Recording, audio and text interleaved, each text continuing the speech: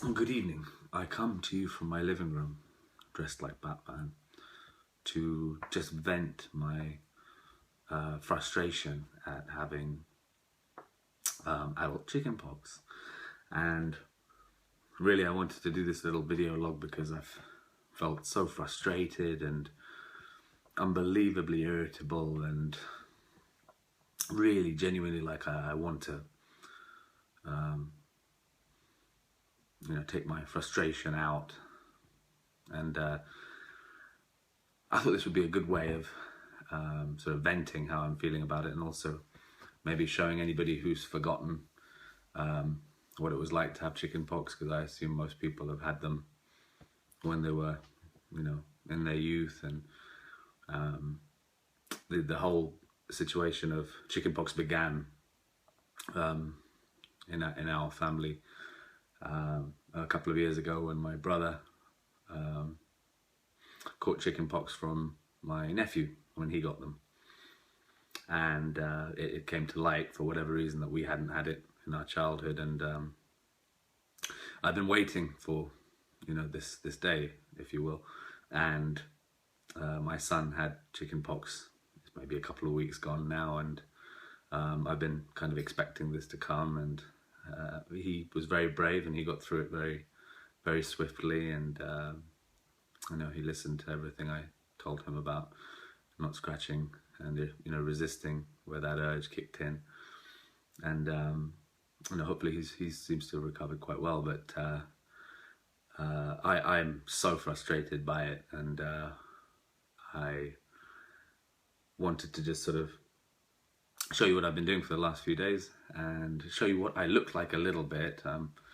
One of the things I found is that you put on a bit of weight when you have chickenpox, but in hindsight I think I've just been eating too much. So I haven't lost my appetite until today. Today is the first day I think I've really felt like I don't want to eat anything. I feel like there's razor blades in my mouth, and these little things, they're everywhere. They're in my mouth, on my tongue, on my gum, pretty much all over my face, all over my head, on my scalp. And I look like a troll doll right now, but I promise you I am clean. I just don't really have the urge to brush my hair or anything, and quite frankly I don't think I can brush my hair because I might risk scratching something, which I'm not supposed to do. And there is literally nowhere these things won't go. I've even got one under a fingernail, in the nether regions, the lot. So some of the things I put on the table are things that I've been using to try and ease the itching and the burning. And this, it started on Friday just gone, and I had maybe I had a little bit of temperature the night before, quite high temperature. And one of the things that is quite clear when you start to read up about adult chickenpox is that there's quite a lot of risk involved when you have it later on in life. So it's quite dangerous to have chickenpox. The high temperature can lead to complications. It can lead to having pneumonia along with it. If you have a weak immune system for any reason, for example, if is very, very contagious to anybody else who pregnant women, for example, anybody going through chemotherapy, anything like that. It can be very it can be very risky for them to be around somebody with chickenpox, and that's scary in itself, but also the implications for yourself, and for example your own fertility is at risk, and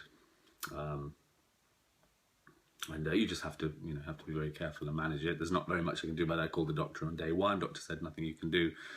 Get plenty of rest, drink plenty of fluids, put calamine lotion on. So we went out and we bought some calamine lotion. Looks like this. I look like a post-Thriller Michael Jackson who's eaten too many donuts. When I put that on, it just gives you a very light complexion as it goes over. It's quite helpful. It has worked on various parts of the body, but not everywhere. You can't really put this stuff in your hair, and that's where I've had it the worst, on my head, and there's very little you can do about that, unfortunately. So there's this Stop Itching Fast Urax cream as well. That's again useful to a point. And this one as well, another aqueous calamine cream, that's been quite useful.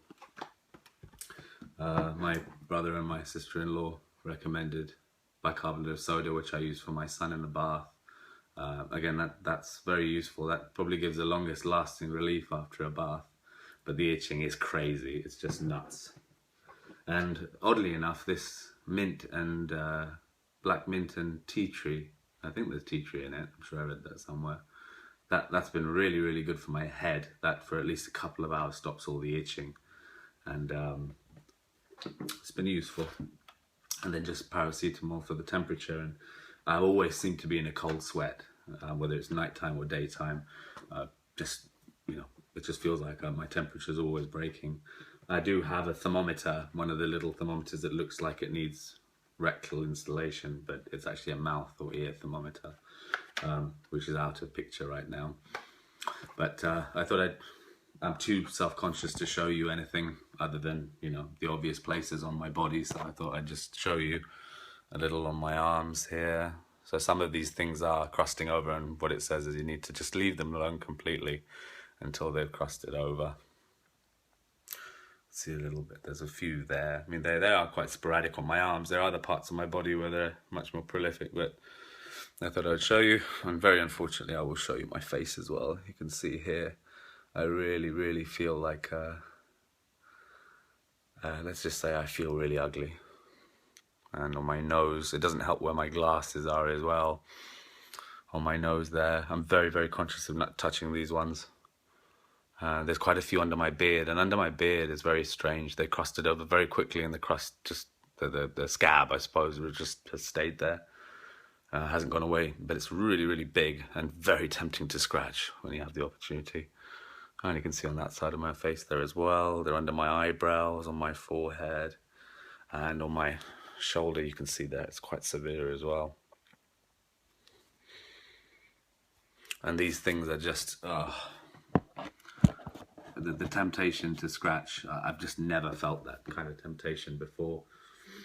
And how that's made me feel is horrendous. I've felt so agitated, so aggravated, kind of alone with it, because I suppose it's hard to describe to anybody other than my brother, who had it quite recently, how it actually feels. And I suppose you could ask a small child, for example, mine, but I don't think even now he barely remembers what happened then. So there is a benefit to getting it over and done with as a youth. But I suppose that's my whining over, and I just wanted to share what I'm going through with any of my friends out there who are watching, and just to say that hopefully you've had this already and you won't have to encounter it. But if you have children, or you're going to have children, or you're at this stage, it gives you a little heads up. Put mittens on them, put gloves on, because you can't stop children scratching. Anyway, that's my little video blog. You probably didn't enjoy it because it's kind of rank, but I just thought I should share this with you. Bye-bye.